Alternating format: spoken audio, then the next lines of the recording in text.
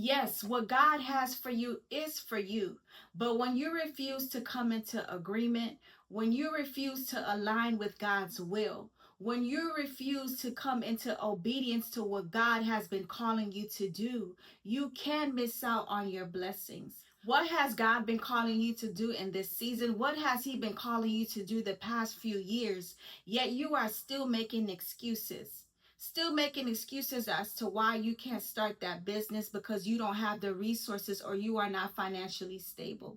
Still making excuses that you are not able to move where God is calling you to move because you don't have any friends, family, or resources. Still making excuses as to why you are still at the job that God has called you out of. Still making excuses as to why you are still in that toxic relationship when God has called you to move to a different city, a different state, maybe even out of the country. That is because He's trying to align you with what He has in store for your life, what He has been preparing for you. Maybe He is calling you to walk into your purpose.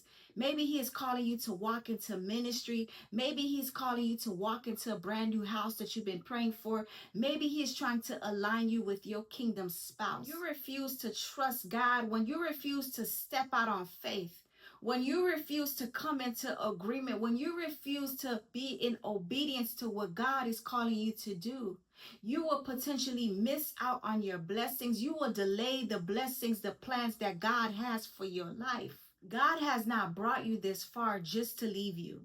While the enemy has tried to destroy you mentally, emotionally, physically, financially, and even spiritually, God has held on to you because He wants you to come into agreement. He wants you to align with His will for your life. If you are feeling stuck, maybe feeling confused or lost, feeling a void in your life, maybe this is the season where you come into agreement with what God has been calling you to do. You step out on faith, you trust God, and you walk into obedience. This is where you will begin to see the breakthrough.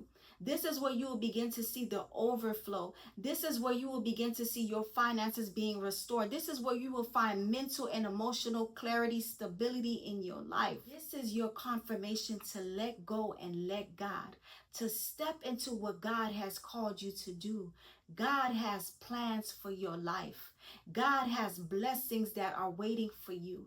This is your confirmation to obey what God is calling you to do. In the comments below, write down, I am coming into agreement with what God has called me to do. I am aligning myself with God's blessings for my life.